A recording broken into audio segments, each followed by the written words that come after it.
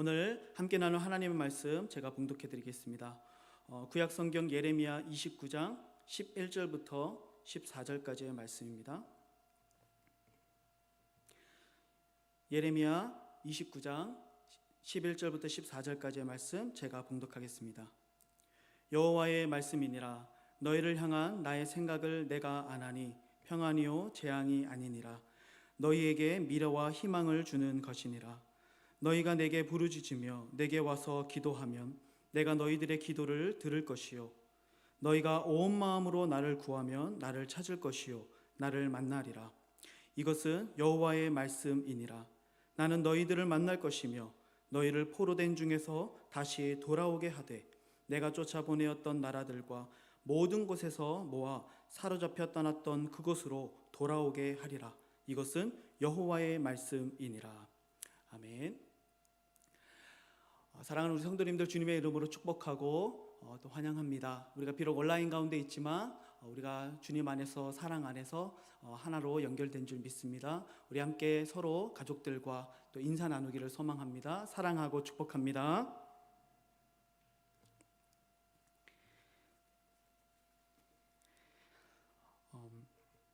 우리가 이 코로나로 인해서 락다운 기간 중을 보내고 있습니다.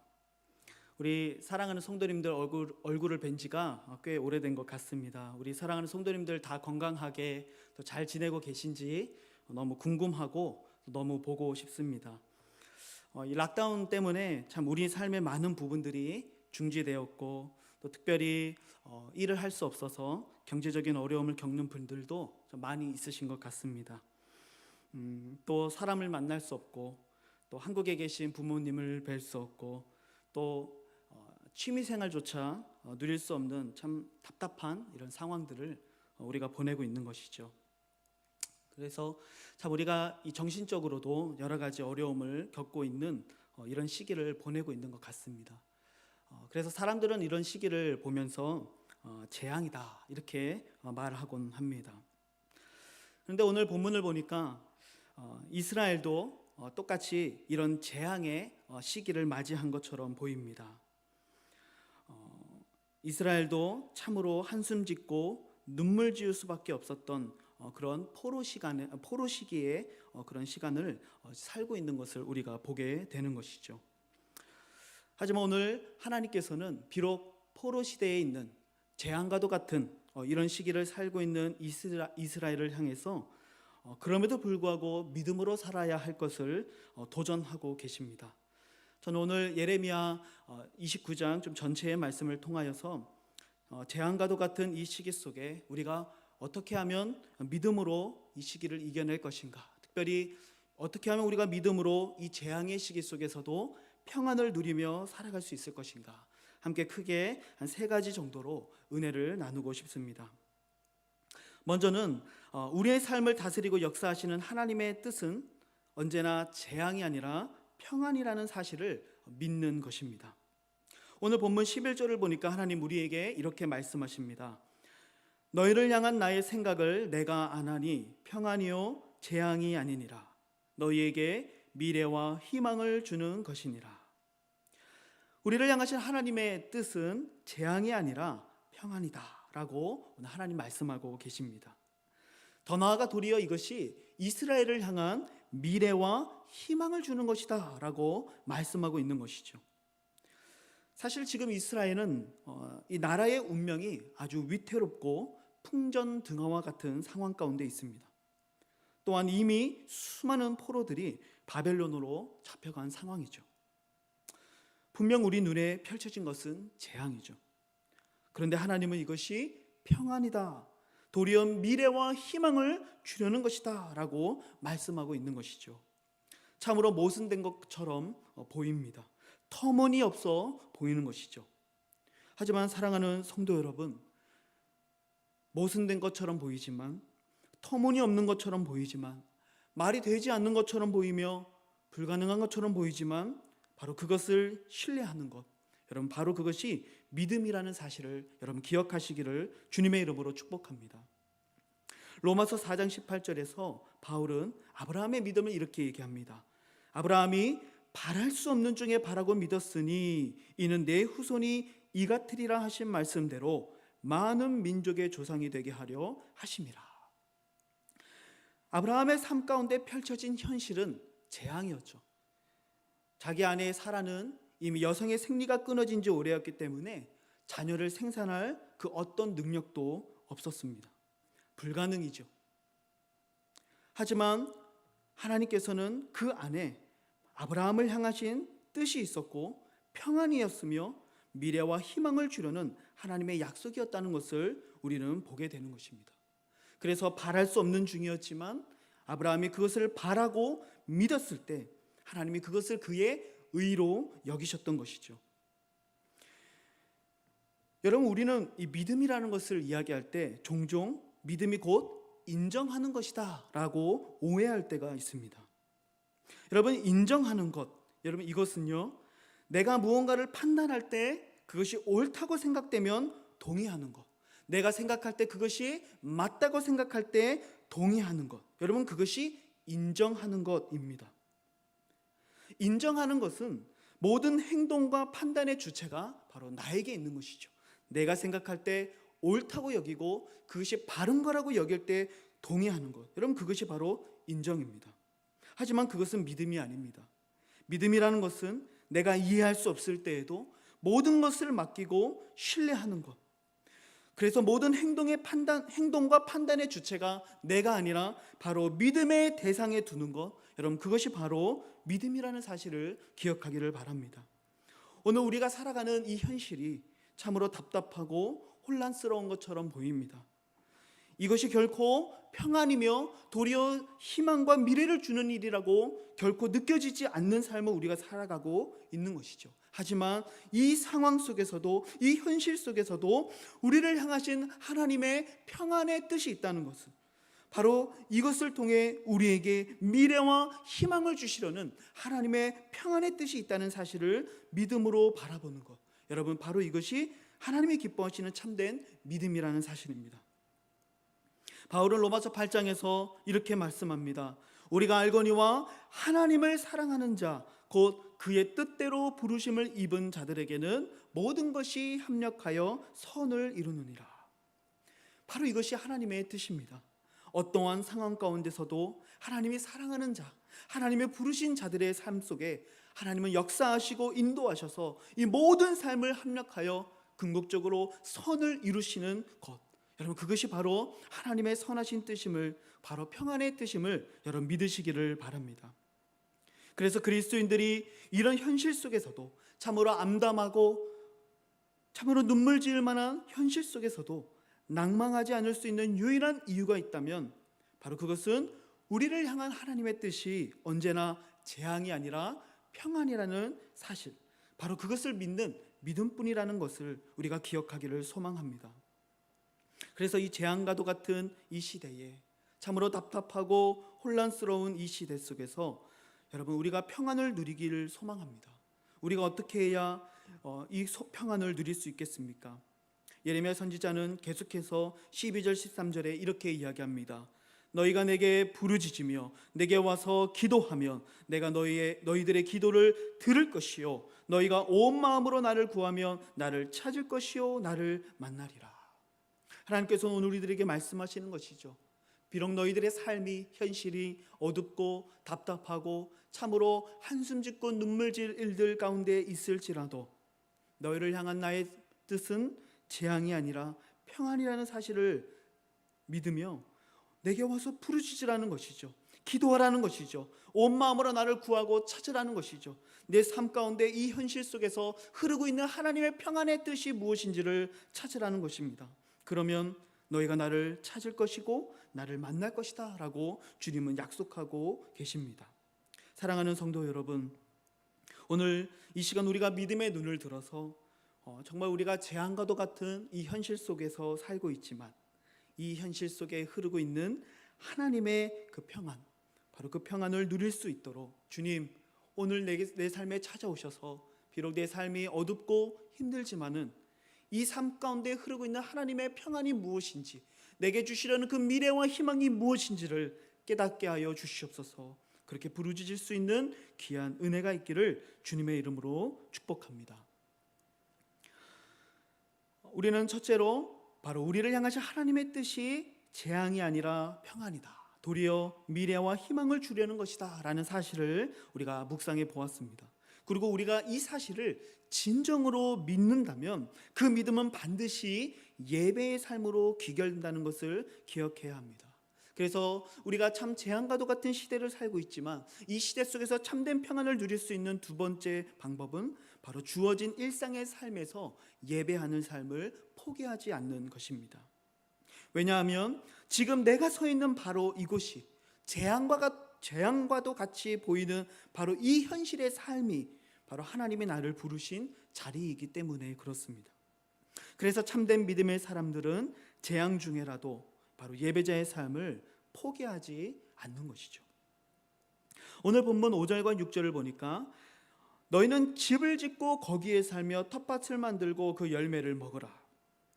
아내를 맞이하여 자녀를 낳으며 너희 아들이 아내를 맞이하며 너희 딸이 남편을 맞아 그들로 자녀를 낳게 하여 너희가 거기에서 번성하고 줄어들지 아니하게 하라. 29장 처음에 보면은 이 말씀이 바벨론 땅에 끌려간 포로들을 향한 편지임을 알 수가 있습니다. 예레미야 선지자는 그렇게 이야기합니다.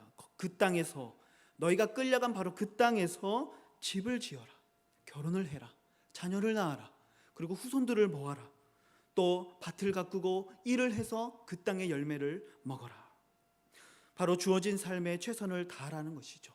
그 땅이 비록 바벨론 땅이지만, 너희들이 비록 포로로 잡혀간 상황이지만 지금 너희들이 있는 그 자리와 상황이 바로 하나님이 부르신 삶의 자리라고 말씀하고 있는 것이죠. 그리고 그것을 믿는다면 비록 재앙과도 같은 삶이 펼쳐져 있는 땅이지만, 비록 포로로 잡혀와 있는 현실이지만 그 자리가 하나님이 나를 부르신 자리라는 것을 믿는다면 그 땅에서 최선을 다해 예배자의 삶을 살아가야 된다는 것이죠. 현실을 피하지 말라는 것입니다. 도망치지 말라는 것이죠. 지금 바로 그것이, 그 상황이, 그 현실이 바로 내가 그리스도인으로 살아가야 할 바로 그 자리라고 주님은 말씀하고 있는 것입니다. 여러분, 이것은 타협과는 다른 것입니다. 타협은 현실 속에서 적당히 동화되어 살아가는 것을 의미하지만, 하나님이 원하시는 것은 타협이 아니라 하나님이 부르신 그 삶의 자리에서 구별된 삶을 사는 것, 거룩한 예배자의 삶을 살아가는 사실이라는 것을 여러분 우리가 기억하기를 소망합니다. 우리가 비록 세상 속에 살고 있습니다. 하지만 세상과 구별된 가치와 목적을 가지고 우리의 삶으로 하나님을 향한 예배의 삶을 놓쳐서는 안 되는 것입니다. 우리가 할 수 있는 것이 별로 없어 보입니다. 하지만 우리는 그 현실 속에서라도 그리스도인으로 살기를 계속해서 노력해야만 하는 것입니다. 7절과 8절은 바로 이렇게 구별된 삶의 구체적인 방법을 이렇게 제시합니다. 너희는 내가 사로잡혀 가게 한 그 성읍의 평안을 구하고 그를 위하여 여호와께 기도하라. 이는 그 성읍이 평안함으로 너희도 평안할 것임이라. 만군의 여호와 이스라엘의 하나님께서 이와 같이 말하노라. 너희 중에 있는 선지자들에게와 점쟁이에게 미혹되지 말며 너희가 꾼 꿈도 고지 듣고 믿지 말아라. 첫 번째는 무엇입니까? 바벨론의 평안을 위해 기도하라고 주님이 명령하십니다. 여러분, 이것이 세상과 구별되어 살아가는 거룩한 예배자의 삶이죠. 세상은 원수를 미워합니다. 말하지 않죠. 상종하지 않습니다. 하지만 우리를 포로로 끌고 온 그 원수들, 바로 그들을 위해서 축복하며 평안을 구하는 삶, 바로 차원이 다른 참된 사랑의 삶을, 용서의 삶을 실천하는 삶, 여러분 그것이 바로 그리스도인으로서 구별되고 거룩한 삶을 살아가는 삶의 예배라는 사실을 우리가 기억하기를 소망합니다. 우리가 삶의 자리에서 우리 원수들을 위해서 기도하고 그들의 평안을 구하는 삶을 산다 하더라도 그들은 우리를 알아주지 않을 것입니다. 우리가 기도하고 있는 것조차 모를 것이죠. 그럼에도 불구하고 우리가 그들을 위해, 특별히 이스라엘이 바벨론을 위해 기도해야 할 이유가 있다면, 그들은 우리를 알지 못하지만 하나님은 우리의 구별된 삶을 보고 계시기 때문에 그렇습니다. 아무도 보고 있지 않지만 비록 내가 바벨론 땅에 포로로 잡혀와 있지만 그곳에서 바벨론을 위해 평안을 구하며 기도할 때 하나님은 나의 예배를 받으신다는 것이죠. 바로 구별된 삶을 살아가는 것입니다. 구별된 도덕성을 가지고 살아가는 것입니다. 구별되고 차원이 높은 사랑의 삶을 실천하는 것입니다. 여러분, 하나님이 구약의 이스라엘 백성들에게 율법을 주신 여러 가지 이유들이 있지만 그 중에 가장 중요한 이유 중에 하나가 무엇입니까? 바로 거룩입니다. 그래서 레위기에서는 그 율법을 소개하면서 계속해서 반복적으로 거룩하라, 거룩하라, 내가 거룩하니 너희도 거룩하라라고 말씀하십니다. 그 율법을 가지고 살아가는 이스라엘 백성들이 율법 없이 살아가는 이방 백성들과 차원이 다른 도덕적 순결함을 가지고 살아가라는 것이죠. 그것이 하나님이 기뻐하시는 삶의 예배라고 말씀하고 있는 것이죠. 이 락다운 시기에 참 집에 있는 시간들이 많아졌습니다. 참 이웃집은 왜 그렇게 떠드는지 모르겠습니다. 그렇죠? 또 윗집 아이들은 왜 그렇게 뛰어대는지 모르겠습니다. 좀 화가 날 것 같기도 합니다. 그들을 위해서 기도해주고 평안을 위해 기도하는 것이죠. 우리가 할 수 있는 어쩌면 작은 부분이지만 삶의 자리에서 하나님께 드릴 수 있는 최고의 예배일 수 있다는 것입니다. 그들이 알아주지 않을지라도 하나님은 나의 예배를 받으시기 때문이죠. 질병으로 고통받는 이 세상과 수많은 교회들을 위해 기도하는 것입니다. 참으로 정신적인 이런 어려움을 가지고 정말 사람들이 이 스트레스가 극도로 차 있는 이 상황 속에서 조금만 건드려도 화를 내고 폭발할 것 같은 이런 상황 속에서 용서하며 위로하며 기도해 줄 수 있는 사람, 정말로 나를 힘들게 하는 직장의 상사를 위해 기도할 수 있는 사람, 여러분, 이것이 하나님이 기뻐하시는 삶의 예배자의 모습이라는 것이죠. 여러분, 이런 것들은 우리가 집에 갇혀 있어도 할 수 있는 것들이지 않겠습니까? 정말로 아파하는 영혼들을 위해 기도하는 것입니다. 우리 다락방, 사랑방 지체들을 위해 문자로, 전화로 함께 격려하며 위로하는 것입니다. 그들을 돌아보는 것입니다. 이것들은 큰 돈도 필요하지 않습니다. 그렇게 많은 시간도 필요하지 않습니다. 단지 손가락 몇 번만 까딱하면 우리는 그들에게 참된 사랑의 문자를, 또 메시지를, 음성을 통하여 하나님을 예배할 수 있는 것입니다. 많은 사람들이 이 락다운 시기에 참으로 오락적인 것들만 추구하며 살아가고 그리스도인들조차도 영적으로 무기력한 삶을 살고 있는 이 시대에 우리는 그 삶 속에서 그리스도인으로 살아가기를 계속해서 발버둥 치는 것입니다. 비록 그 삶의 무대가 내 집이라고 하는 한정된 공간이라 할지라도 우리는 그곳에서 하나님을 예배해야 하는 것입니다. 또한 9절, 8절 말씀처럼 세상에 미혹되지 않는 것입니다. 여러 가지 세상의 미디어와 이러한 오락적인 것들로부터 미혹되지 않는 것입니다. 우리의 삶이 평안하다고 말하는 이 세상으로부터 우리의 마음이 미혹돼서는 안 되는 것입니다. 그들의 말을 듣지 않는 것입니다. 하나님의 말씀을 더 가까이 하며 이 시대 속에 흐르고 있는 하나님의 뜻이 무엇인지를 분별해야 하는 것입니다.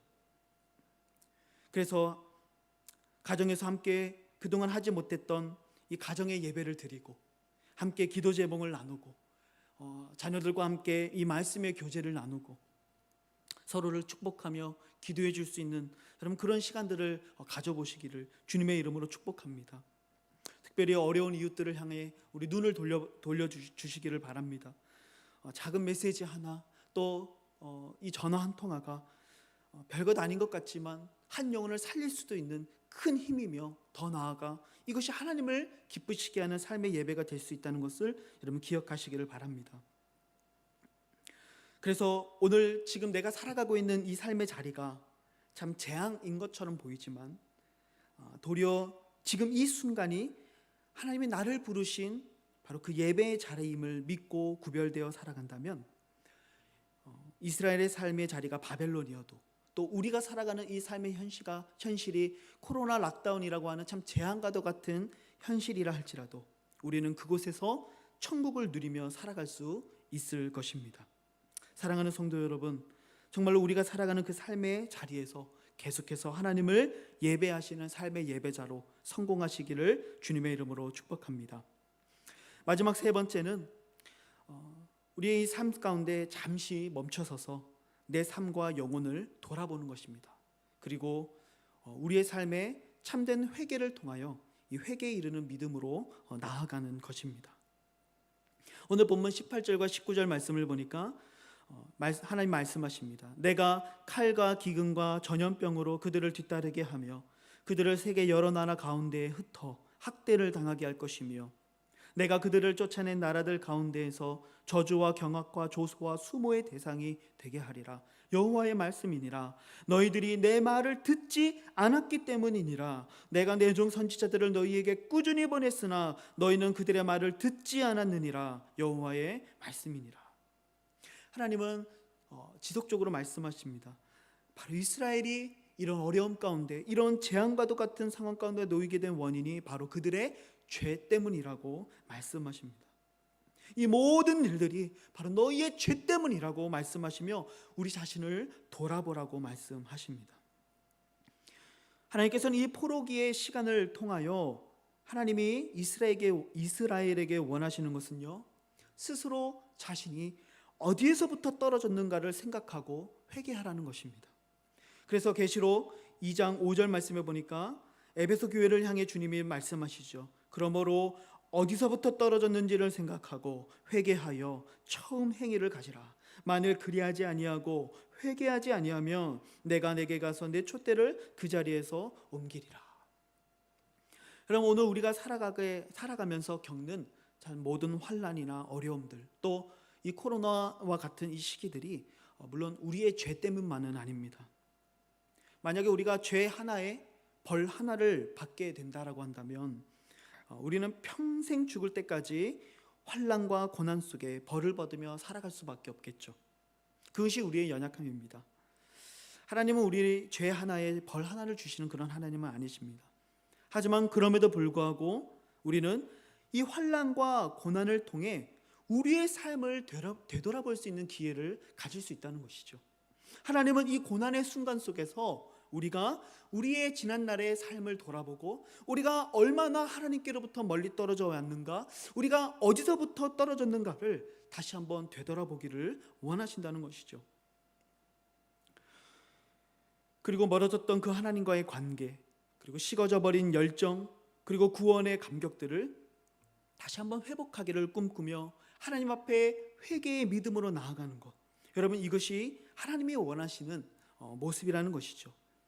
비록 재앙과도 같지만 그 삶을 그저 낭망하고 주저앉아 보내는 것이 아니라 그 삶을 통해 다시 한번 내 자신을 돌아보는 삶을 사는 것, 이것이 하나님이 기뻐하시는 믿음의 모습이라는 사실입니다. 여러분들도 아마 그런 경험들이 다 있을 것 같습니다.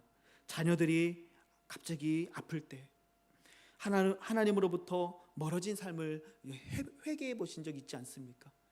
내가 하나님 앞에 뭐 잘못했나? 참으로 어려운 일들을 당할 때 내가 하나님 앞에 혹시 뭘 잘못한 것이 있었을까?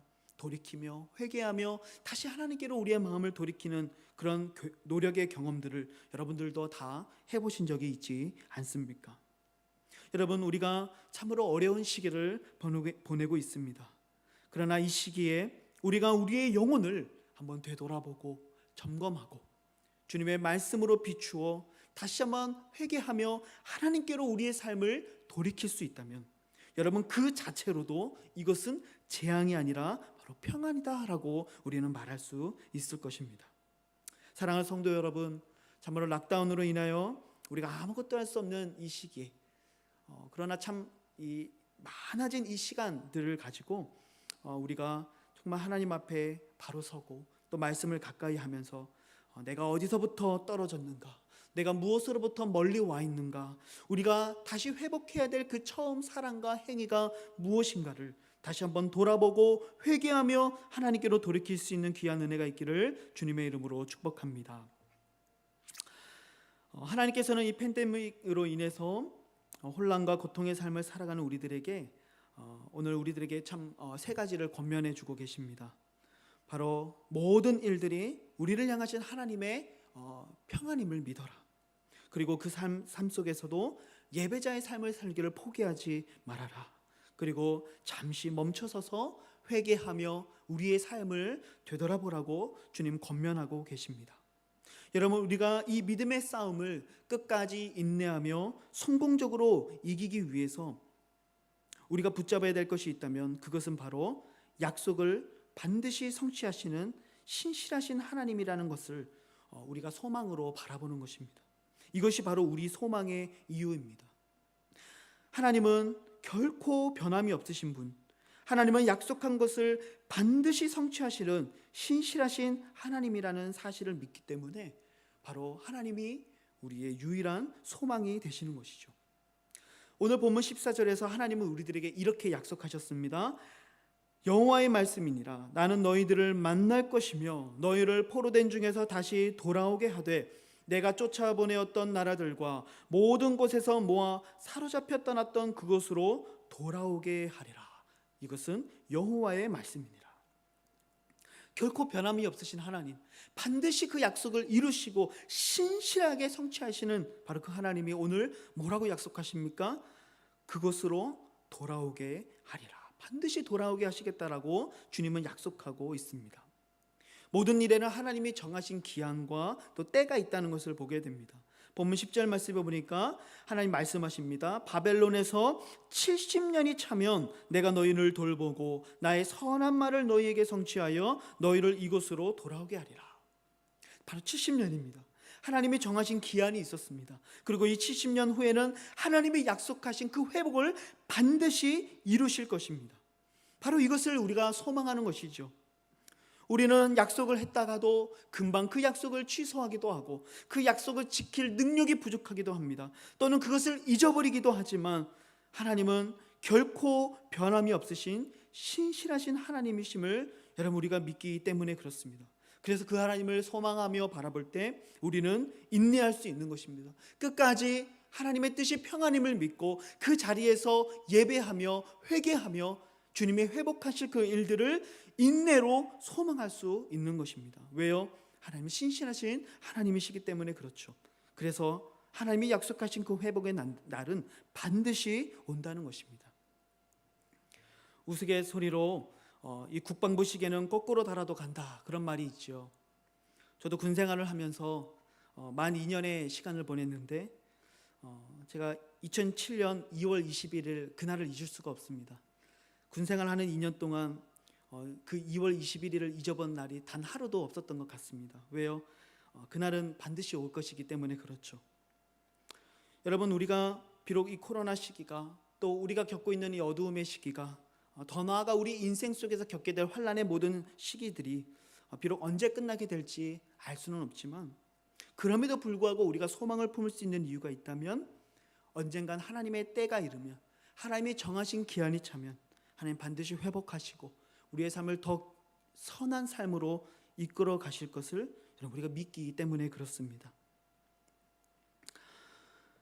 그래서 참 우리가 이 여러 가지 삶의 어려움들 속에서도 하나님을 소망하며 살아간다면 참 지금은 너무 큰 산처럼 보이는 이 어려움들이 언젠가는 아무 일도 없었다는 듯이 회복되어질 날들이 분명히 있다는 것이죠.